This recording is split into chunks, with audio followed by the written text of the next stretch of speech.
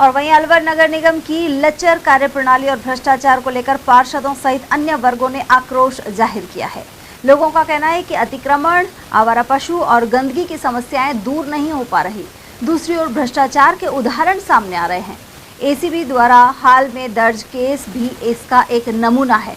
पूर्व पार्षद नारायण साईवाल के अनुसार बजट का सदुपयोग भी नहीं हो पा रहा। वहीं चुनाव की डेट लगातार आगे बढ़ाई जा रही है। वहीं शहर में जगह जगह गंदगी का माहौल बना हुआ है। चुनाव नहीं होने से ना तो नगर निगम में महापौर है और ना ही पार्षद। देखिए, नगर परिषद के अंदर आपने सही सवाल किया कि जब से इस सरकार ने नगर निगम के नगर परिषदों के चुनाव को स्थगित कर दिया और आगे डेट पे डेट बढ़ाए जा रहे हैं, इससे पूरा प्रशासक निरंकुश हो चुका है और ये अपनी मनमानी कर रहे हैं।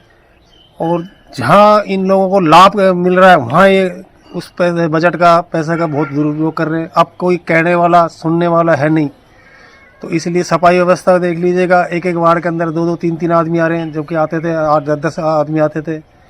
कोई मॉनिटरिंग नहीं होती है। जब शहर में बीजेपी के कोई नेताओं का इनका कोई प्रोग्राम होता है प्रशासनिक, तो उसके अंदर ये सफाई व्यवस्था में 4 चांद लगा लेते हैं। ऐसी 4 चांद और दिन क्यों नहीं लगाते हैं? अभी हाल में महल चौक के अंदर कोई प्रोग्राम हुआ जिसके अंदर 3 दिन तक पूरा प्रशासक वहाँ लगा हुआ था। करोड़ों रुपए खर्च कर दिए, लेकिन उसका ये नहीं मालूम पड़ा कि प्रोग्राम क्या है। इतने तगड़े एडवर्टाइजमेंट कर देना, तो ये सब ये चीज़ का दुरुपयोग हो रहा है।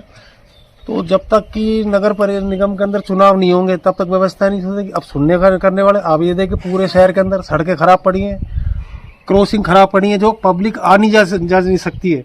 इससे ज़्यादा क्या दुर्भाग्य होगा। नगर निगम की मोनोपोली इतनी बुरी है कि आप देखें, एक ही ठेकेदार को 1 साल का ठेके दे दिया फैरों और पटाव ठीक करने का। कौन इसकी मॉनिटरिंग करेगा, इसने कहाँ किया और कहाँ नहीं किया? ये केवल फर्जी बिल बनाने के लिए किए जाते हैं। अब इसमें कौन ध्यान देगा?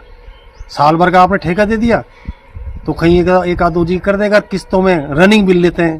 पूर्व में हमने एक बिल पकड़ा इनका 10 लाख रुपए का, लेकिन इतने निरंकुश लोग हैं कि इनको लिखित में लेटर कंप्लेंट कर दो, उसके बाद ही पेमेंट कर देते हैं, क्योंकि उनके ऊपर तक पैसा पहुंचता है।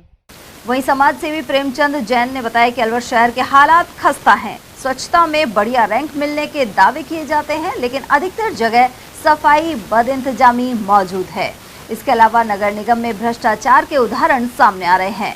जिस भी गली के बाहर आप जाओगे, उस गली के कोने पर आपको गंदगी मिलेगी, कूड़े के ढेर मिलेंगे, गाय डोलती हुई मिलेंगी, कुत्ते मुंह मारते मिलेंगे। कोई सफाई का काम नहीं है। अभी देखो, बहुत आश्चर्य की बात मैं आपको बताऊं कि अभी मैंने पढ़ा था कि 50 टिपर और नए खरीदे गए हैं, लेकिन 50 और 50 पहले के होंगे तो 100 टिपर हो गए। लेकिन गली मोहल्ले में ज़्यादा से ज़्यादा मैं समझता हूँ 20 से 25 टिपर पूरे ज़िले को कवर करते होंगे। सीधा फायदा ठेकेदारों को पहुंचाया जा रहा है। नगर निगम कह रहे हैं कि 65 वार्ड में 71 टिपर। नगर परिषद ने तो ये भी कहा कि हमको दूसरी रैंक मिल गई सफाई में, जबकि आप सफाई का ये आलम देख लो, अलवर में क्या हालत हो रही है। जगह जगह कूड़े के ढेर लग रहे हैं। किसकी बात माने? ये तो नगर परिषद तो कह रही है हमारे यहाँ तो बिल्कुल स्वच्छ अलवर है, कहीं कोई गंदगी नहीं है। नगर परिषद के बाहर ही गंदगी पड़ी हुई है, आप जाके देख लीजिए। नगर परिषद के पीछे बिजली घर का बिजली घर है, बिजली घर के बाहर देख लीजिए पेशाब घर की क्या हालत हो रही है। उसमें नालियों में से बाहर आकर के पेशाब सड़क पे डोल रहा है, बदबू आ रही है, कोई सुनने वाला ही नहीं है। आप हनुमान चौराहे पे चले जाइए, वहाँ देख लीजिए कितना गंदगी का ढेर लग रहा है। आप दिल्ली दरवाजा चले जाइए, गंदगी का कितना ढेर लग रहा है। गाड़ियाँ उस गंदगी में से होकर के निकल रही हैं, नालियाँ भरी पड़ी हैं, पाइपलाइनें जो जा रही हैं उनमें वो कनेक्शन कटे पड़े हैं, उनमें से पानी पाइपलाइनों में जा रहा है, वो पाइपलाइनों के जरिए घरों में जा रहा है। मल मूत्र का पानी पीने के लिए आज जनता परेशान हो रही है। जगह जगह पाइपलाइनें टूटी पड़ी हैं, उनको कोई सुधारने वाला नहीं है। और ये कहते हैं जल जीवन मिशन में काम करेंगे। माननीय भूपेंद्र यादव जी ने कहा था कि मैं जीतते ही के साथ सबसे पहला जल जीवन मिशन में पानी का काम करूंगा। आज तक वो पानी का काम पता नहीं जल जीवन मिशन ही कहाँ गया, मुझे जानकारी नहीं है इस चीज़ की। मुझे बड़े ताज्जुब हो रहा है इस बात का कि हमारे मंत्री इतने बड़े बड़े पोस्टों पे होकर के भी इस तरह की झूठ बोलते हैं। उनको ये समझना चाहिए कि अलवर की जनता ने आपको वोट दे करके, लाइनों में खड़े होकर के वोट दिया हम लोगों ने और उनको जिताया, और आस करी थी हमने कि हमको पानी मिलेगा, हमको सड़कें अच्छी मिलेंगी, हमको लाइटें मिलेंगी, रोड लाइट मिलेंगी, सफाई मिलेगी।